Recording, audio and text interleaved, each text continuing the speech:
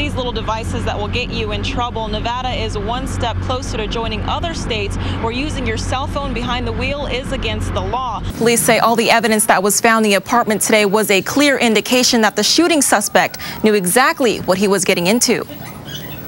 From afar, all that can be seen are the burnt pieces of what used to be an apartment. But what was found inside shocked everyone nearby. It's just scary to know that the whole time we were here, he was there with all of that stuff. A body armor, an assault rifle, several guns, ammunition, a gas mask, and police radio. All that found right next to the charred body that police believe is the suspect. We firmly believe that he was preparing himself for an armed confrontation with police. This all began Thursday after Stanislaus Deputy Robert Paris and locksmith Glendon Engert tried to evict the suspect, which led to the fatal shooting of Paris and Engert. And then later that night, the apartment caught fire and burned to the ground. ATF, Modesto Police, and FBI spent the entire Saturday sifting through the apartment, and they say the investigation has only just begun. It will be a portion of our investigation to determine how he came into possession of these items. Those who live in the area say they had no idea what was hidden behind their neighbor's closed door. He would only come in at night, making sure it looked like he had maybe double locks on his screen door. When he would leave, he always checked those. That's what's really scary about all of this, is because you just don't know who your neighbors are. Now, authorities will not release the name of the body until it is confirmed through DNA, which police say could take weeks. Prison officials say 5 guards were on duty when the inmate likely climbed out of the window, walked away, and then headed down the road.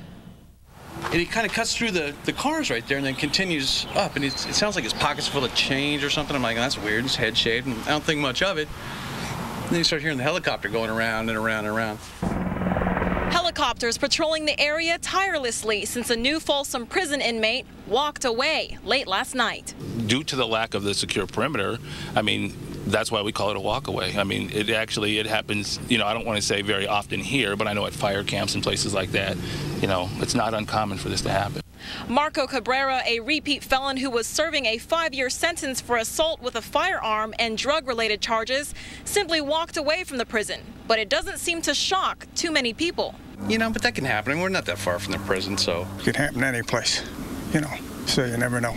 Folsom police say a man who fits Cabrera's description tried to steal a car at an apartment complex down the road, but ran off when neighbors stopped him. My boyfriend and I were walking our dogs, and we were told that it wasn't safe and we should go back inside. Some residents say they live in a pretty quiet neighborhood, and today's encounter with an escaped inmate doesn't really faze them. All I can do is you just pray for the best and not worry about it. But others say with the escapee still on the run, they are more cautious with their surroundings. Definitely making sure my doors are locked. But other than that, and our cars are in the garage and stuff. But I think they'll catch him, hopefully. Authorities are continuing the search for Cabrera from Sacramento to his native Tulare County. Authorities believe the suspect who robbed the Bellagio of $1.5 million this morning is the same suspect who robbed the Suncoast Casino poker room just last week. He parked, he walked in, he committed the robbery, and he left. That's exactly what the surveillance video shows of this man, who was wanted for running off with $1.5 million worth in casino chips. The suspect arrived on a motorcycle and parked just outside the North Valet, and the suspect was also wearing a full-faced motorcycle helmet. He then entered the casino and went directly to a craps table where he confronted several patrons with a firearm.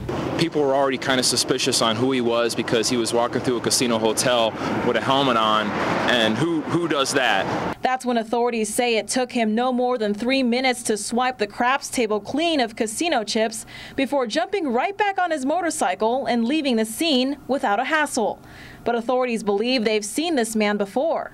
This is believed to be the same suspect that robbed the Las Vegas Suncoast Casino poker room on December 9th, 2010 at approximately 12:30 a.m. by similar means. In this event, he was also operating on a sport bike motorcycle. But those who work work in the gaming industry say the suspect won't get very far with those casino chips, since most of them can easily be traced. Most of them have RFID, which is radio frequency identification tags on them, so that you know whether or not what chips were stolen. They all have a unique ID to them, so if you go to redeem them, they're going to know that was a stolen chip. Which means whoever dares to walk in the casino property trying to cash in on the millions of dollars worth in chips may not get very far.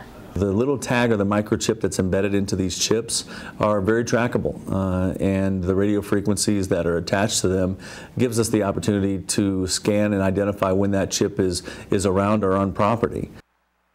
Now, Metro described the man as a white male, about 5'10" in height and weighs about 220 pounds. He was last seen wearing a white motorcycle helmet. The motorcycle he was driving is described as a 2009 or 2010 black sports bike. If you have any information, you're asked to contact Crime Stoppers. They said it all happened around 3 a.m. when that gas tanker made a right hard turn on the 15 going southbound near Lake Mead, rolled over and exploded. Now, as you can see, cleanup crews are working on the huge mess this explosion caused. Earlier when we arrived on scene, you could see thick, heavy black smoke from miles away. Now, the truck was engulfed in flames, and we talked to some people who were in the area just moments after it all happened. I was watching TV, and when I watched in stereo, so I got 4 speakers going. And I heard this thing through my speakers. Oh, 4 or 5. It's loud. It's pretty scary, man. I was scared. I didn't know what was going on. I thought it was maybe a terrorist attack or something. Now, the truck had 9,100 gallons of fuel in it, and the driver, believe it or not, walked away unharmed. Now, they are letting traffic go through on 15 northbound, but 15 southbound is still closed. As you can see, 15 northbound traffic is moving pretty smoothly here, but southbound, they say you can expect it to be closed for quite some time as they continue to clean up the mess they left behind. Reporting live, Diane Tuazon, Fox 5 News, local Las Vegas. With a home in flames and security bars tightened throughout all the doors and windows of the home you see behind me, fire crews struggled to get the man who lived inside. Now, we're told the fire started around midnight when fire crews arrived on scene. They immediately tried to rescue the 80-year-old victim who was stuck inside.